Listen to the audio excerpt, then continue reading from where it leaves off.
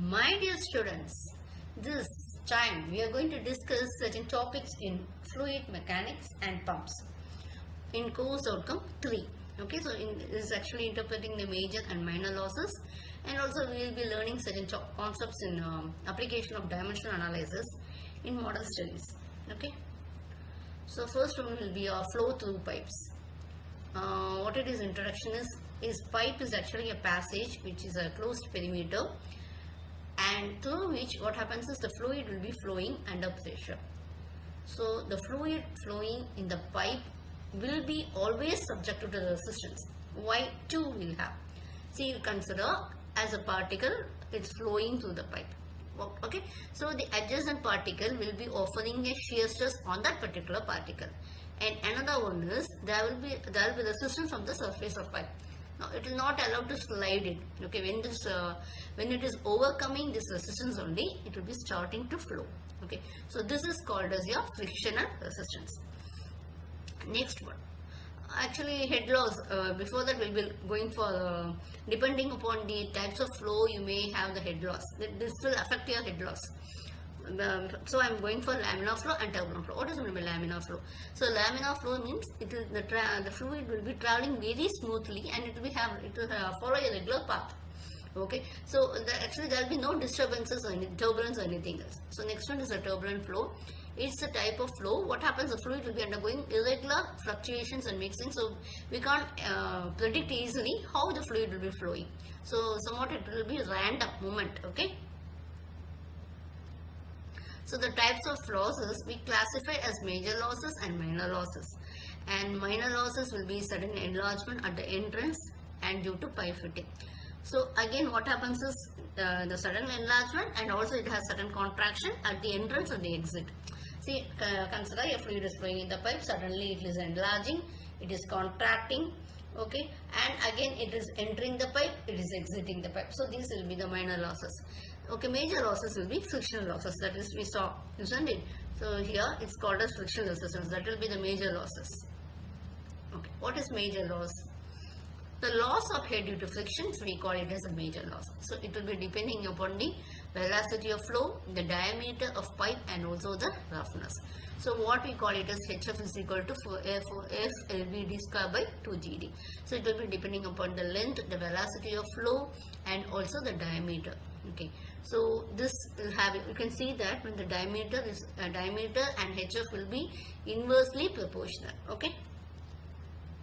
Next one will be the minor loss. So the minor loss, it is due to the distribution in the flow pattern. So minor loss, actually when it is normally flowing, there will be this minor loss won't occur, right? So there will be a loss due to sudden enlargement. Okay, it is denoted by HE. You can see that HE is equal to V1 minus V to the whole square by 2G. Okay, so V1 is your entering velocity and V2 is your exit velocity. So HE is equal to V1 minus V to the whole square by 2G. Okay, next one is here loss due to sudden contraction. So what happens actually? This is denoted by here HC is equal to 1 minus CC minus 1 the whole square into V square by 2G. Okay, so it will be CC will be your coefficient of contraction, how it is contracting. Next one will be the loss at the exit. So whenever fluid is exiting your pipe, what happens actually? There will be sudden losses. There will be sudden change in the movement of fluid particles, isn't it? So that is denoted by HEX. And next one will be a loss due to pipe fittings. So when you have elbows, valves, etc., what will happen actually? There will be certain changes, isn't it? The fluid path, everything will be changing. So HF is equal to K into V square by 2G. And next one is loss at entrance. So it is the head loss at the entrance of the pipe. It will be denoted at EN. So EN is equal to 0.5 into V square by 2G. Okay. So when it is entering, it will be flowing very freely, and at the entrance what happens? It will become disturbed, isn't it? So that is your loss at entrance. Okay. Next, what is your hydraulic gradient line? What happens is, it is the line joining all the liquid levels in the piezometers.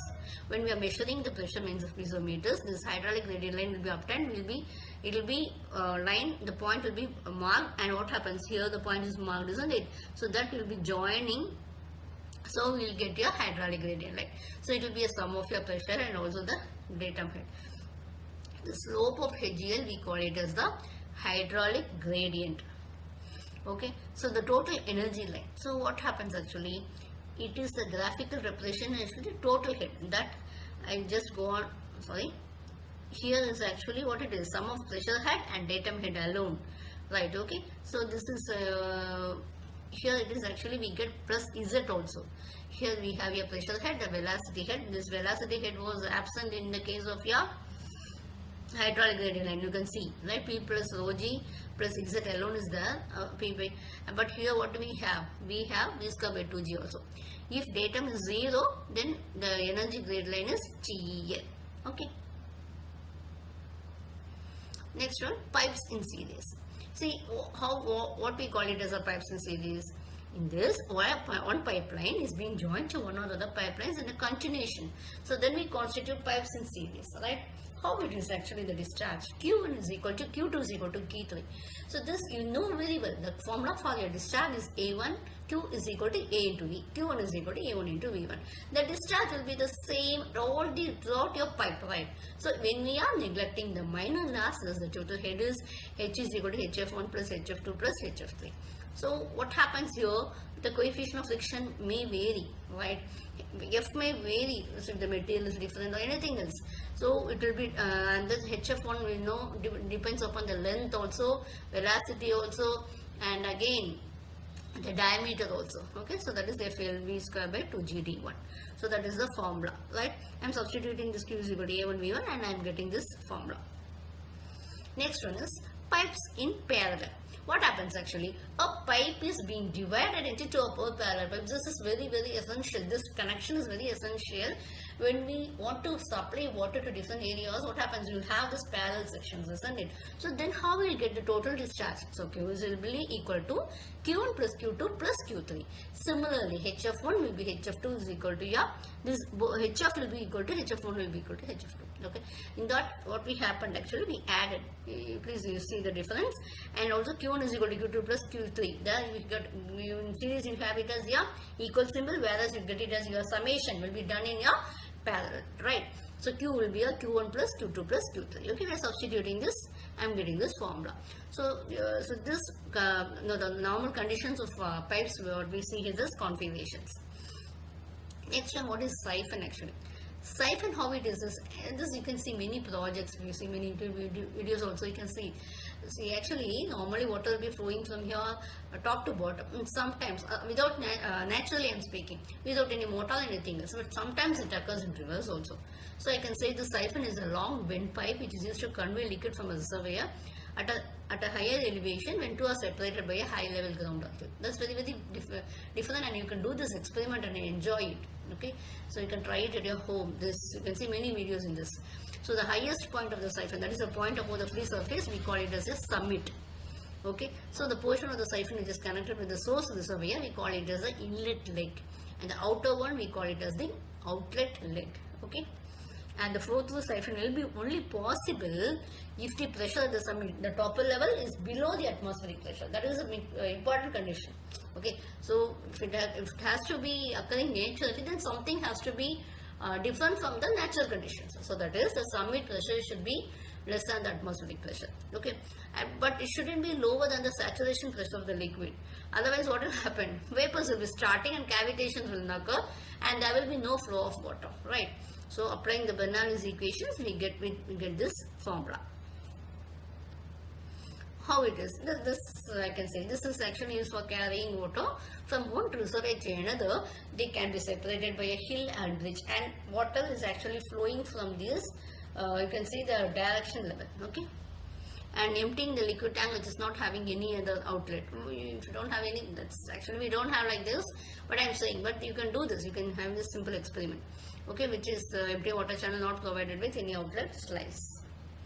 And how is the power transmission through the pipe? Power can be transmitted when the liquid is flowing through the pipes. Okay, normally the pipes is used for conveying water from the high level reservoir to the turbine house, etc.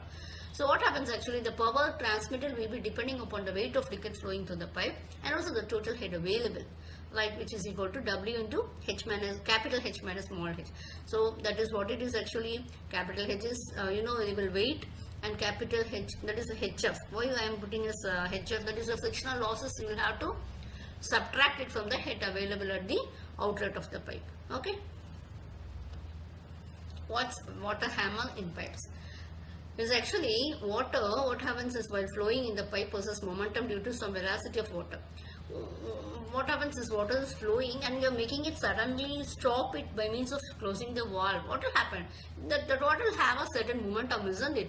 So when it is suddenly stopped, you can see some backslash and there will be some momentum is being destroyed, isn't it? So this disturbance in momentum will cause high pressure waves. And what will happen? This disturbance in momentum will cause a velocity, this high pressure will be created and it will be transmitted along the pipe, which will be equal to the velocity of the sound wave, and that we call it as the knocking effect. Okay, so also this wave of high pressure will cause some effect on the walls of the pipe also. That's we call it as the water hammer. Okay, so there are three cases of water hammer. Okay, depending upon the time taken, that will vary. The intensity of pressure is being acting on the pipes will be varying.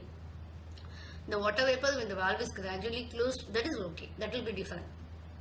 How it will be somewhat slowly. Okay, when the water hammer, when the valve is suddenly closed and the pipe is very rigid in the sense, what happens, it will be so what to say, this actually it will be very different from the of a elastic pipe. Thank you for your patient listening.